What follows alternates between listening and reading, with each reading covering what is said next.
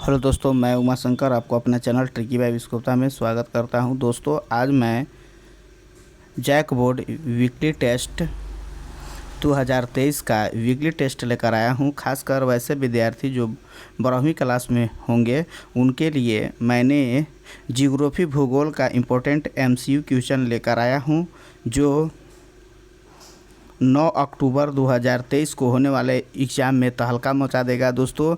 इसीलिए आप वीडियो को लास्ट तक देखिएगा। अगर आप इस चैनल पर नए होंगे तो मेरे चैनल को सब्सक्राइब तथा दोस्तों में शेयर करना नहीं भूलेंगे दोस्तों। तो चलिए दोस्तों, कल के एग्ज़ाम के लिए आज हम लोग इम्पोर्टेंट क्वेश्चन देखते हैं। इससे आपको ज़रूर क्वेश्चन आएंगे, इसीलिए इसको अंत तक देखिएगा। हमारा MCQ का पहला क्वेश्चन यहाँ पर है, निम्नलिखित में से किन आर्थिक क्रियाओं के अंतर्गत परिवहन गतिविधियों को सम्मिलित किया जाता है। इसका राइट आंसर हो जाएगा option number C, option number 3 तृतीय क्रियाकलाप के अंतर्गत। इसके बाद अगला क्वेश्चन है, अनेकों स्थलों को परंपरा मार्गों को श्रेणी द्वारा जोड़ दिए जाने पर किस प्रारूप का निर्माण होता है, उसे क्या कहते हैं। तो इसका राइट आंसर हो जाएगा ऑप्शन नंबर सी, परिवहन जाल। इसके बाद अगला क्वेश्चन है, कम दूरी एवं डोर टू डोर सेवाएं प्रदान करने में सर्वाधिक सस्ता एवं तीव्र ग्रामीण माध्यम है, कौन सा है। तो इसका राइट आंसर हो जाएगा ऑप्शन नंबर ए, सड़क परिवहन। इसके बाद अगला क्वेश्चन है, भाप इंजन का आविष्कार किस सदी में हुआ था। तो इसका राइट आंसर हो जाएगा ऑप्शन नंबर बी। इसके बाद अगला क्वेश्चन है, एंडीज पर्वत या भागों में निम्न में से किस पशु का प्रयोग परिवहन के माध्यम के रूप में किया जाता है। तो इसका राइट आंसर हो जाएगा ऑप्शन नंबर 4, लामा।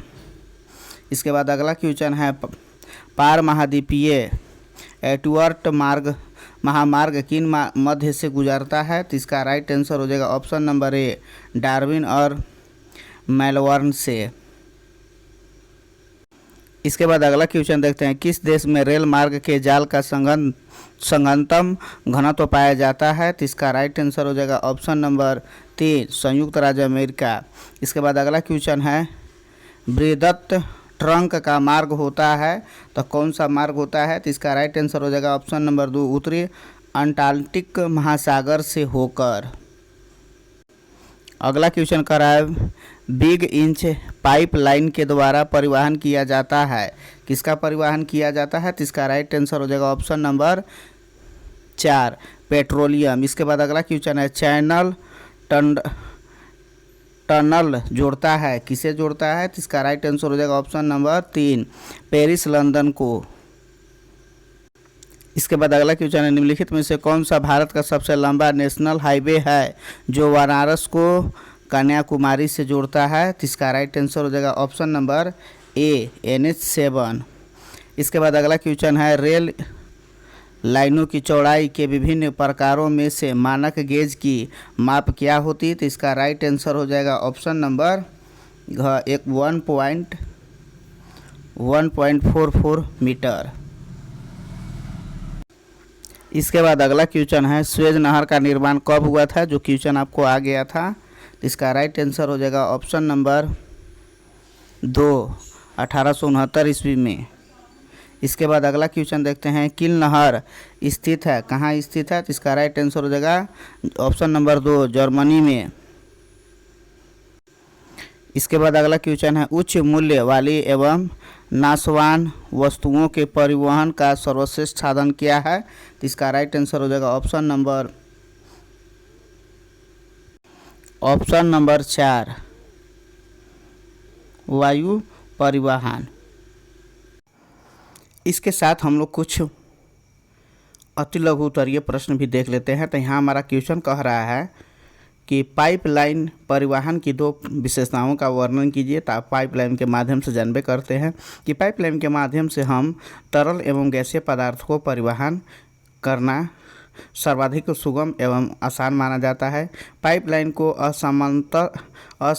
समतल क्षेत्रों तथा जल के अंदर भी बिछाया जा सकता है। इसके बाद कह रहा है, यहाँ देखिए, संचार से आप क्या समझते हैं। तो संचार मतलब जानते हैं सूचनाओं का उसके उद्गम स्थान से गंतव्य तक किसी चैनल के माध्यम से पहुंचाने की प्रक्रिया को हम लोग क्या कहते हैं, संचार कहते हैं। अर्थात एक स्थान से दूसरे स्थान तक पहुंचाने वाले माध्यम को ही संचार कहा जाता है।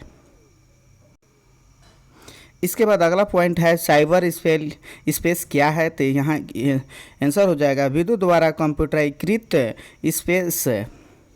स्पेस के विश्व को साइबर स्पेस कहा जाता है। साइबर स्पेस काल्पनिक या विचारमूलक पर्यावरण है जिसमें कंप्यूटर नेटवर्क से संचार उत्पन्न होता है।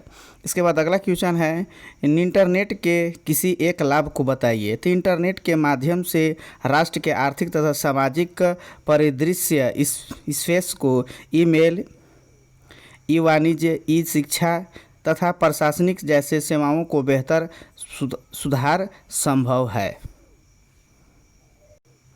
इसके बाद यहाँ देखिए हार्डवेयर क्या है।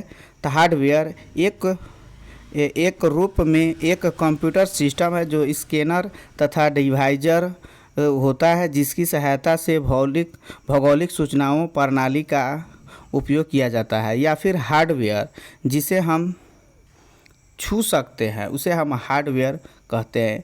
इसके बाद आता है पार महाद्वीपीय रेल मार्ग क्या है। तो पार महाद्वीपीय रेल मार्ग ऐसे रेल मार्गों को कहा जाता है जो पूरे महाद्वीपों से गुजरते हुए महाद्वीप के दो छोरों को एक दूसरे से जोड़ती है।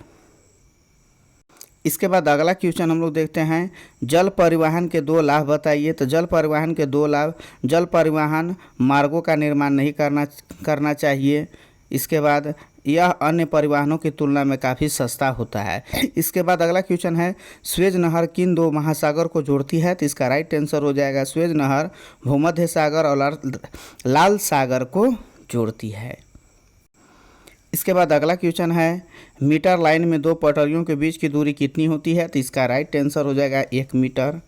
इसके बाद अगला क्वेश्चन है राष्ट्रीय राजमार्ग संख्या 7 किन 2 स्थानों को घेरता है।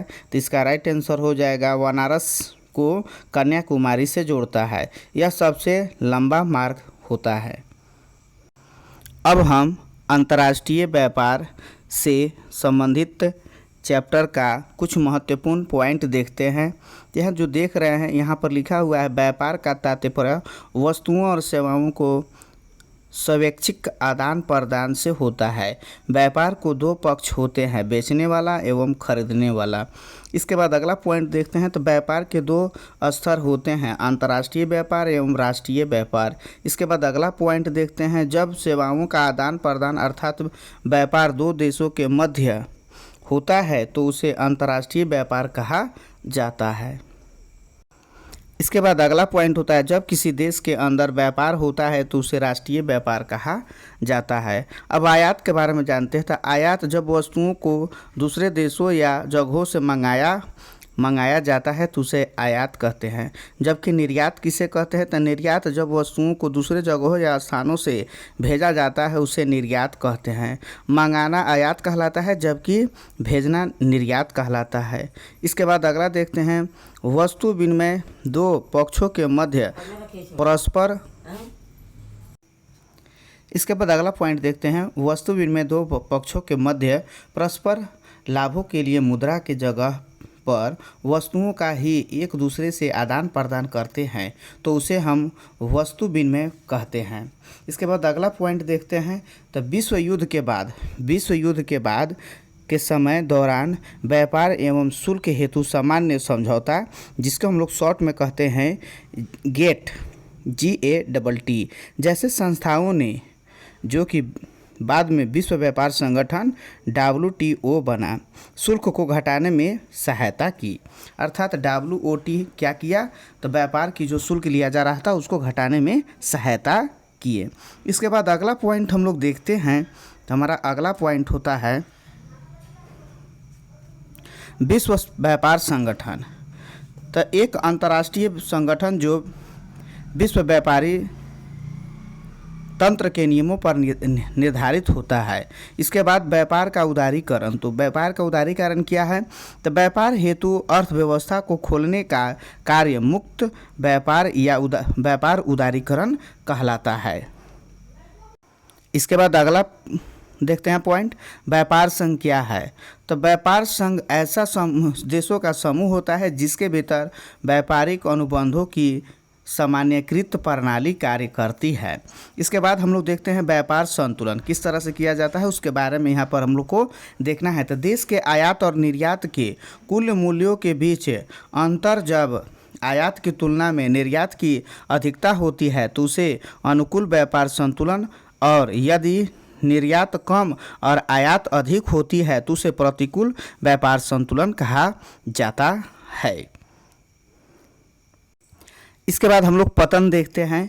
तो जलाशयों पर यात्रियों को चढ़ने उतरने, माल लादने और चढ़ाने के साथ नौभार के भंडारों की सुविधाओं से युक्त पोताश्रय का एक वाणिज्य भाग पतन या बंदरगाह कहलाता है। इसके बाद हम लोग देखते हैं पोताश्रय क्या है। तो जल का एक विस्तृत क्षेत्र जहाँ जलयान, सागर और प्राकृतिक लक्षणों अर्थात कृत्रिम कार्यों से उत्पन्न सागर की महातरंगों से सुरक्षा प्रदान करने के लिए लंगर डाले जाते हैं। इसके बाद हम लोग देखते हैं डंप करना। डंप करना क्या है? तो लागत की दृष्टि से नहीं वरना विभिन्न कारणों से अलग अलग कीमत की किसी वस्तु को दो देशों में विक्रय करने की प्रथा डंप कहलाती है। इसके बाद अगला क्वेश्चन हम लोग देखते हैं, पॉइंट देखते हैं। तो यहाँ पर कह रहा है विश्व व्यापार संगठन का मुख्यालय कहाँ है? तो कहाँ पर है? जिनेवा में है। और यह जिनेवा कहाँ होता है? तो स्विट्जरलैंड में स्थित होता है। इसकी स्थापना कब की गई? तो 1995 ईस्वी में की गई थी। 1 जनवरी 1995 ईस्वी में की गई थी।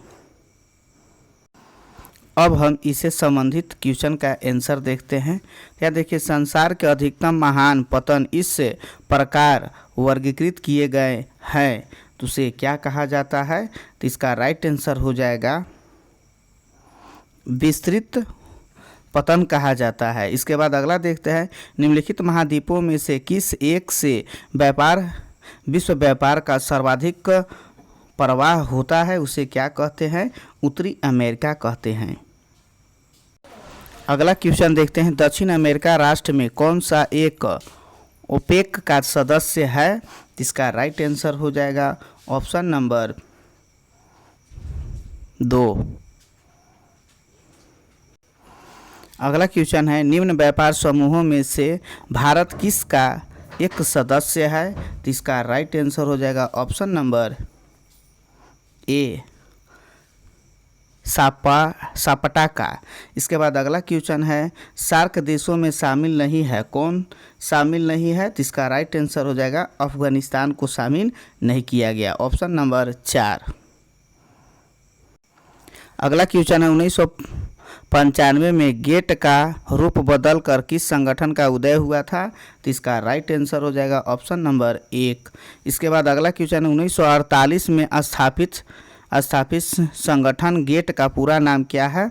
इसका राइट आंसर हो जाएगा option number 2, general agreement on trade and traffic.